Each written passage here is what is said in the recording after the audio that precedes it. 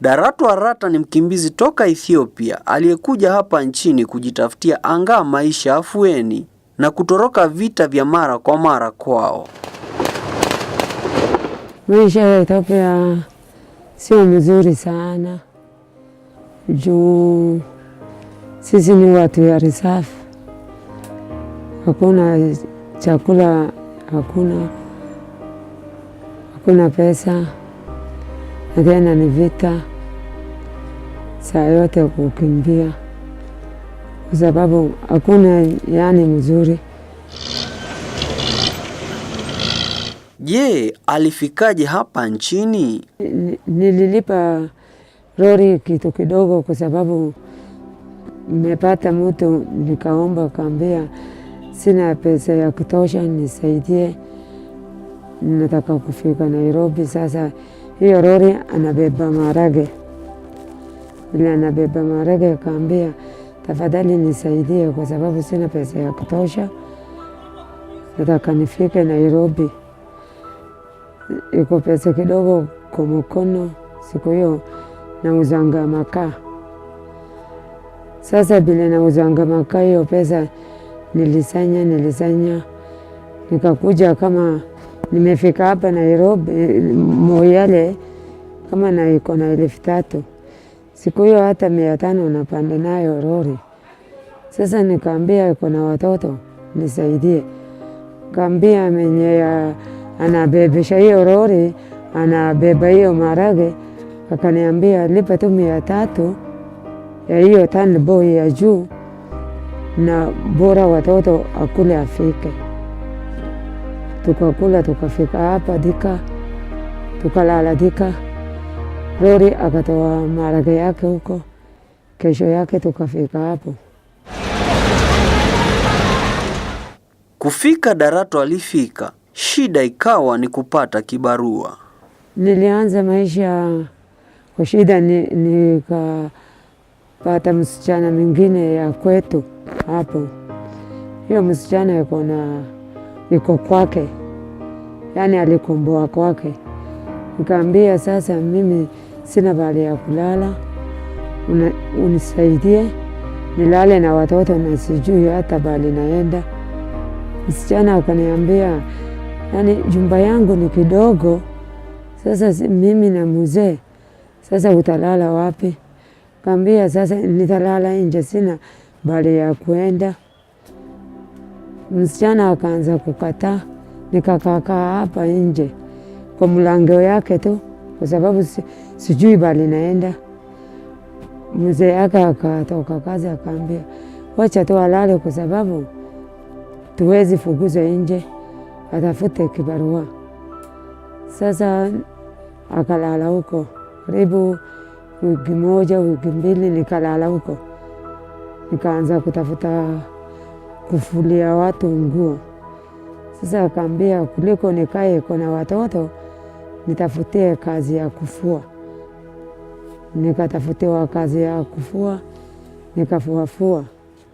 Sasa siku hiyo nyumba ni bei ya chini kidogo, hata 1,000 mtu anaingia.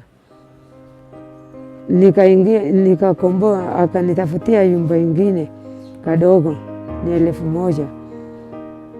Tukatandika kwanza, tumetandika karatasi tukaingia. Baadaye naendelea na kufua hizo nguo, saa ngine napata, saa ngine nakosa. Alafu nikapata bahali ya kukaa. Kisha maradhi yakamnyemelea Darato. Huyu hapa muuguzi wake. My name is Jane Wambui Kinywa. I'm the TB nurse in the AHF Madare Clinic. And today I have with me my patient Darato Arata. She's been coming here since 2014, that is, for other medications. But 2 months ago, she was diagnosed with TB. So normally when we diagnose a patient with TB, this is what we use. We have a patient box. that bears the name of the patient, the registration number, so that in case of tracing that patient, if he or she does not come, we are able to get, and also the caretaker of that patient. Maambukizi ya kifua kikuu kwa wakimbizi yamekuwa yakikithiri miaka inavyozidi kusonga, ikizingatiwa kuwa sio wakimbizi wengi huweza kufuatilia matibabu kuanzia mwanzo hadi mwisho. Hivyo basi, ni mengi yanayohitajika kufanywa ili kuhakikisha maradhi haya yanakomeshwa. We are located in Isili. We are located also in between Isili and Mathare. So we see quite a number of immigrant community. And this immigrant community, they have, yes, majority are illegal. And now they have been diagnosed to have TB. So the challenge is, if this person comes out in the open to come and collect this TB medication, somebody might ask them for an identity card. They don't have this identity card. So what do they prefer? To sit back in the house and stay without treatment, and unfortunately infect the other people they're living with, or even the people they meet wherever, maybe even in the mosque or wherever. So that's becoming a big challenge, and we were hoping that so long as someone is on TB treatment, this person is not harassed. They be allowed to access care where they can access care, as we deal with the other legal documentation matters. So the challenge is they tend to hide a lot. They default a lot.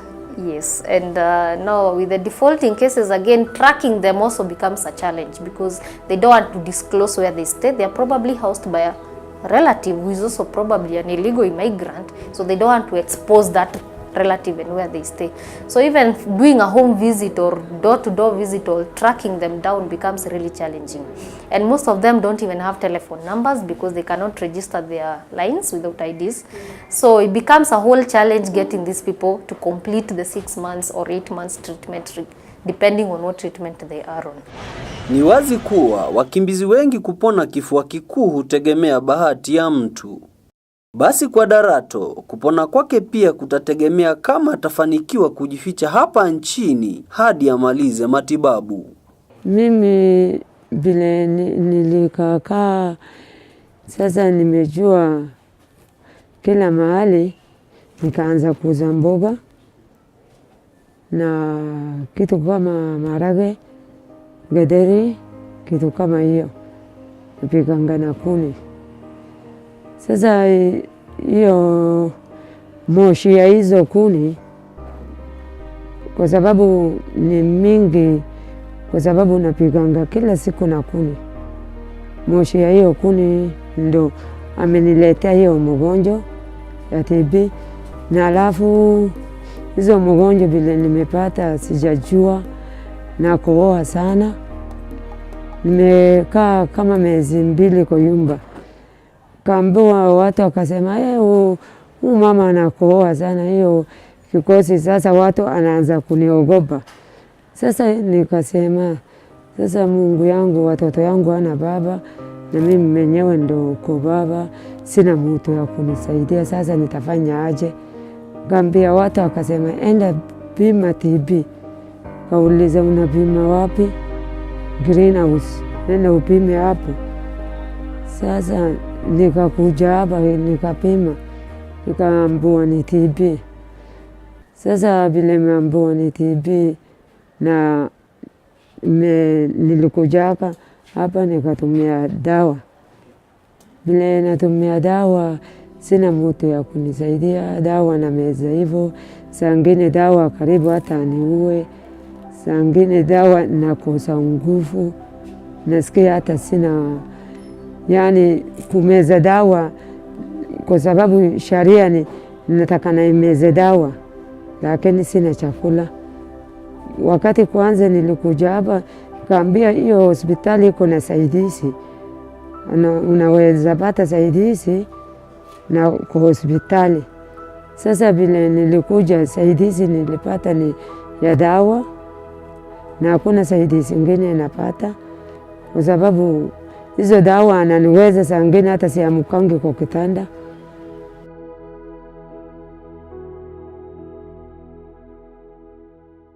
So for the first 2 months, this is what we gave.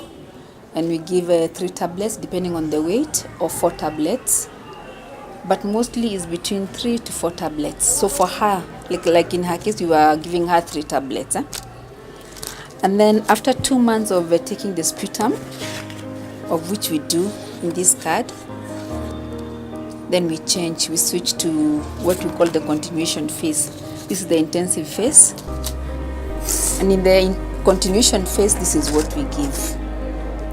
Now this one is a combination of 2, this is a combination of 4 drugs, so she still takes 3 unless she gains more than 55 kgs. If she gains more than 55 kgs, then we switch to 4 tablets. So well, she's taking these, we also give the pyridoxine. Pyridoxine is a drug that we give normally to counteract the side effects, because these drugs have the side effects of joint pains, a lot of headaches, things like those, but mostly dealing with the joint pains and burning sensations. So she normally has to take this 1 full tablet and 3 of these. Now that is where she belongs for now. At the same time, as you have heard, we registered her in 2014. Within time, we gave her other drugs. These are the ARVs that we give. These ones are for life, and these ones are easier because they only take 1 tablet. So for her, she only takes 1 tablet at night. So the moment she's done with this, she'll only be left with this one, and this is Septrin. Septrin for any patient who is tested HIV positive, whether your CD4 is over 1,000 or whether it is 200, everybody is put on Septrin. So we all start the patients on Septrin. So in this case, we advise them to take it in the morning so that they may take a lot of water during the course of the day to alleviate the side effects of the drug. So in the real case, taking this Septrin, pyridoxine, and this one. Now that is a combination as for now. Licha ya maradhi, wanawe Darato anamtazamia atimize wajibu wake kama mama na pia baba. Sai kijana msichana mkubwa alimaliza 8 ako kwa nyumba, kwa sababu sina kitu ya kusomesha nayo, ako kwa nyumba. Na hata pia kijana alimaliza 8 ako kwa nyumba, sina kitu ya kusomesha nayo.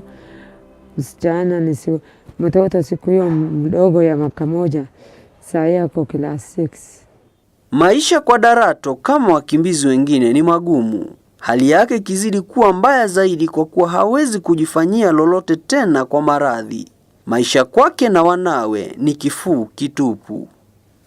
Yani bila tunaishi majirani tu, bila najua kama unaishi na majirani bali hiko, kama unaishi na imani, hata jirani anakuhurumia. Sangine chakula anapika, mtoto anakula tu, yani ile mdogo anakula gedere ya shule kwanza, na anakuja analala tu na hiyo. Na wengine ile chakula kama majirani amenipea niyo tu, kwa sababu siwezi kula na watoto yangu lale njaa. Kila mtu achukue kijiko moja alale hivyo. For the refugees, it's quite a challenge, because they come with a baggage of issues. You know, they have actually they have no one they can call family to, so they feel that they have a belonging to the clinic, and they expect more from us, the medical people here, the team, to provide, to be there for them. So most of the times she'll come and she'll tell me that, you know, my children last night didn't feed well. Yesterday I was not able to go to do any kibarua. So at other times you are forced to refer them to a place where they can get help, like maybe to a social amenity hivi, to get some services. So that is one thing that we normally get: food issues for them, insecurity and stigma, especially for them now that they feel they don't belong here, and they have what they call now the big disease, in quotes. So it becomes hard, but for her, I can say she's one of the best patients, because she's been able to drain away the stigma.